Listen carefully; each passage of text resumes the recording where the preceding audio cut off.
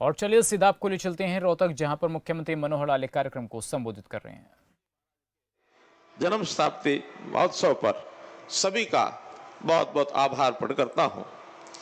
जैसा हम जानते हैं कि ये जो महोत्सव वर्ष है 4 अप्रैल 2022 से और आने वाला वर्ष 2023 4 अप्रैल तक चलने वाला है। इससे पूर्व अपना वक्तव्य देते हुए श्री सुंदर जैन जी ने एक विषय कहा था कि आज का ये कार्यक्रम ये तो एक सामाजिक कार्यक्रम है, सरकार भी इस वर्ष में कोई कार्यक्रम करे। मैं इस विषय में जानकारी देना चाहता हूं कि हमारी एक योजना है, संत महापुरुष विचार प्रसार योजना।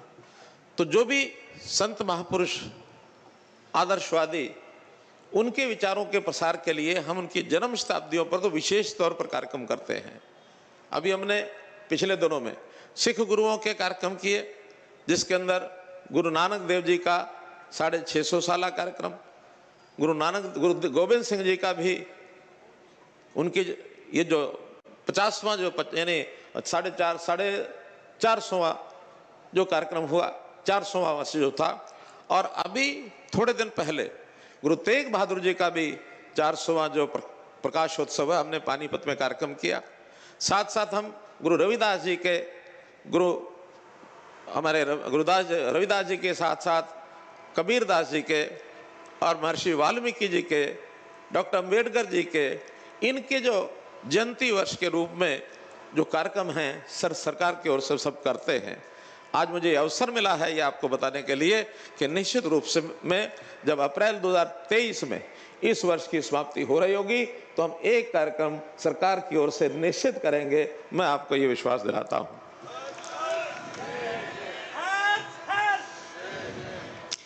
इसी प्रकार क्योंकि हमारे मंच संचालक जी ने कहा है कि ठीक 5 बजे उनको अपने अगले कार्यक्रम में यानी इसका समापन भी करेंगे, तो प्रार्थना पाठ जो भी होगा मैं तो अपनी निश्चित बातें जो मुझे आपके समक्ष रखनी उतनी रखूंगा। एक विषय है कि उनकी यानी संतों की जो वाणी है, गुरु सुदर्शन जी महाराज, मैंने उनके दर्शन किए। जैसे बताया कि रोहतक में चतुर्मास के लिए वो आए थे, तो उस समय मैंने उनके दर्शन किए थे। अब वो रोहतक से ही, क्योंकि उनका संबंध वैसे संतों का संबंध किसी एक स्थान से नहीं होता, लेकिन फिर भी हमको याद तो आता है कि उनका जन्म रोहतक में हुआ था और रोहतक के हम सब लोग उनके विचारों को हमेशा याद करते रहे, तो उनकी स्मृति मन में बनी रहे। तो किसी एक मार्ग का नाम, तो उस मार्ग के नाम के नाते से मैंने सुझाव भी मांगा है। उसके अंदर जो सुझाव आया है कि जो माता दरवाजा जहां गुरुद्वारा बंगला साहब है, तो माता दरवाजा से लेकर के बाबरा चौक तक का जो मार्ग है, उस मार्ग का नाम गुरु सुदर्शन जी महाराज मार्ग, इस नाते से उसको रखा जाएगा। उसकी औपचारिकता पूरी करके और उसको हम करेंगे।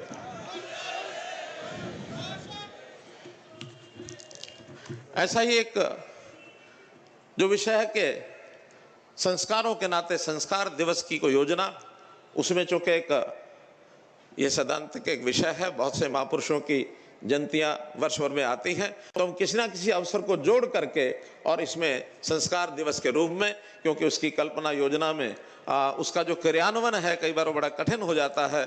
बहुत सी बार ये सुझाव आते हैं कि हमारे यहाँ कभी एक बार ड्राई स्टेट भी हुई थी हरियाणा, लेकिन उसको ठीक से लागू नहीं कर पाए और वापस वो ड्राई स्टेट का दर्जा हमको खत्म करना पड़ा था। इसी प्रकार कई बार तो एक दिन भी हम उसको बड़ी कठिनाई होती है उसको पालन कराने के लिए।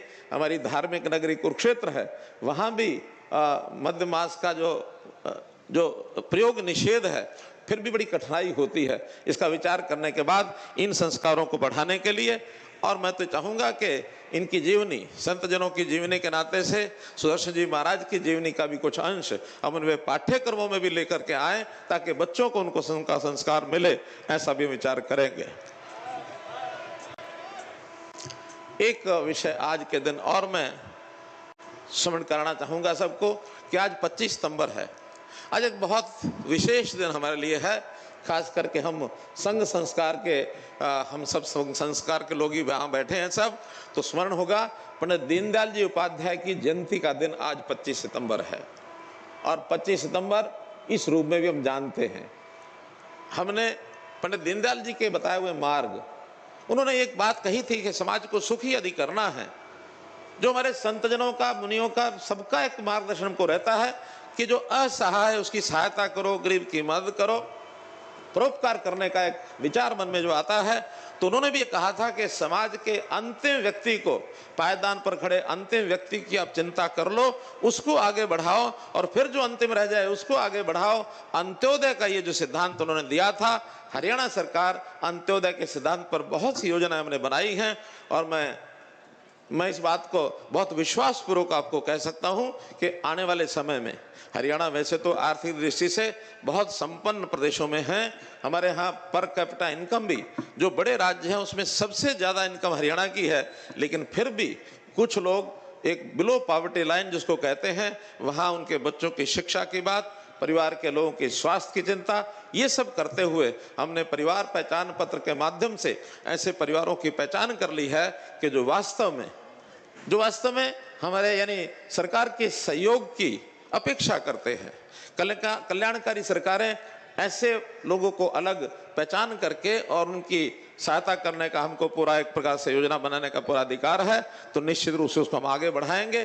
पंडित दीनदयाल जी को भी मैं आज के इस अवसर पर पूज्य गुरु सुदर्शन जी महाराज के साथ साथ उनको भी, दोनों को भी अपनी श्रद्धांजलि अर्पित करता हूँ।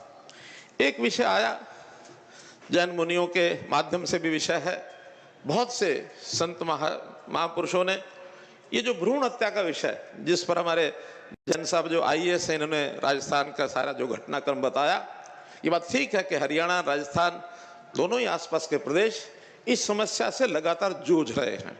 और प्रधानमंत्री जी ने जब बेटी बचाओ बेटी पढ़ाओ की ये बात 22 जनवरी 2015 को बहुत बड़ा कार्यक्रम किया था, हमारी कविता जैन उस समय मंत्री होती थी, इनके देखरेख में हमने कार्यक्रम कराया और उसका परिणाम अच्छे निकले। हरियाणा में भी निकले, आसपास के प्रदेशों में भी निकले, बहुत उसका दंडात्मक कार्रवाई भी हमने कराई, उसमें संस्कारों के नाते, लोक जागरण के नाते बहुत से विषय आगे बढ़ाए। और जो जेंडर रेशो उस समय हरियाणा का 851 होता था, आज वो 920 पार कर गया है। बहुत बड़ी एक स्थिति में सुधार हुआ है, हम इसको चाहेंगे कि और आगे ले जाए। इस अवसर पर एक बात और आज जिसकी मैं शुभकामना देना चाहता हूं कि आज 25 सितंबर अंतर्राष्ट्रीय बेटी दिवस इस नाते से भी मनाया जाता है। संयोग है ये कि अंतर्राष्ट्रीय बेटी दिवस के अवसर पर इस प्रकार की इस मंच के माध्यम से चर्चा हो रही है। निश्चित रूप से इसका हमको सबको लाभ मिलेगा। मैं अंत में इतनी बात कहूंगा कि संत जनों के मार्ग पर हम सब इसलिए चलना आवश्यक है कि अच्छाई और बुराई ये साथ साथ चलती है, हमेशा भूतकाल में भी चली है, आज भी चल रही है, भविष्य में भी चलेगी। लेकिन ऐसे संतों के और प्रवचनों के माध्यम से, उनकी वाणी के उपदेश के माध्यम से अच्छाई की जो हमारी जो डोर है वो लंबी हो, उसकी लकीर है वो लंबी हो, बुराई की लकीर को अच्छाई की लकीर रोक सकती है। दंड देने से काम चलता नहीं है। कई बार दंडित होने वाला व्यक्ति वो भी एक प्रकार से अपना हिसाब किताब लगा लेता है कि इस पाप को करने के बाद दंड कितना मिलेगा, सीमा है दंड की। दंड को भी कई लोग भुगतने के लिए तैयार हो जाते हैं, बुराई छोड़ते नहीं हैं। लेकिन मन का संस्कार ये तभी बदलता है जब हम ऐसे महापुरुषों के सानिध्य में अपने जीवन को व्यतीत करें, उनके प्रवचनों को सुने, और जब तक उनके स्वयं वाणी से हम प्रवचन सुनते हैं उसका तुम पालन करते ही करते हैं। लेकिन ये शरीर है, ये शरीर नश्वर है। वाणी उपदेश जब तक शरीर है तब तक होता है, लेकिन जब शरीर नहीं है तो उन्हीं महापुरुषों के वाणी के उपदेश को हम स्मृति उपदेश इस नाते से हमेशा याद रखें। इसीलिए ये जयंतियां मनाई जाती हैं, इसीलिए ये जो वर्ष शताब्दी के कार्यक्रम होते हैं, इसीलिए ताकि उनकी जो वाणी है लंबे समय तक हम उसको अपनी स्मृति में रखें और उसका लाभ स्वयं भी उठाएंगे और समाज के बाकी अपने लोगों को, परिवार में, बाकी मित्रों में, साथियों में, पड़ोसियों में, साथ काम करने वालों में अच्छा जीवन कैसा बनाना है, ये एक संस्कार लगातार बनाए रखने के लिए हम संकल्प लें। इस अवसर पर मैं सभी संतजनों को पुनः श्रद्धा से प्रणाम करता हूं और हमारे बीच में हमारे सरकारेवाजी बैठे हैं, उनका मार्गदर्शन को मिलना है। हमारे प्रोफेसर गणेशी लाल जी, हमारे राज्यपाल उड़ीसा, उनका भी हमको संदेश मिलेगा। मैं इस समय अपनी वाणी को विराम देता हूं। बहुत बहुत धन्यवाद, बहुत बहुत आभार। तो आपने सुना सीएम मनोहर लाल रोहतक में कार्यक्रम को संबोधित करते हुए। कार्यक्रम विशाल जन्म शताब्दी वर्ष के अवसर पर मुख्यमंत्री मनोहर लाल रोहतक पहुंचे, जहां पर उन्होंने इस कार्यक्रम में शिरकत की और अपना संबोधन भी किया। तो गुरु सुदर्शन जी महाराज का जन्म जो है वो रोहतक में हुआ था, ये कहना है मनोहर लाल का, और उनके नाम से मार्ग का नाम भी रखा जाएगा। सीएम ने इस बात की घोषणा भी की है। तो गुरु सुदर्शन जी की जीवनी पाठ्यक्रमों में शामिल की जाएगी, ये भी कहना है सीएम मनोहर लाल का।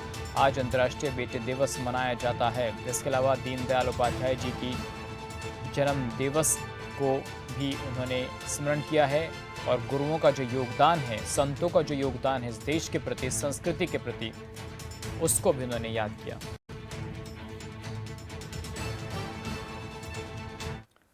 और चलिए फिलहाल इस बुलेटिन में बस इतना ही। नमस्कार।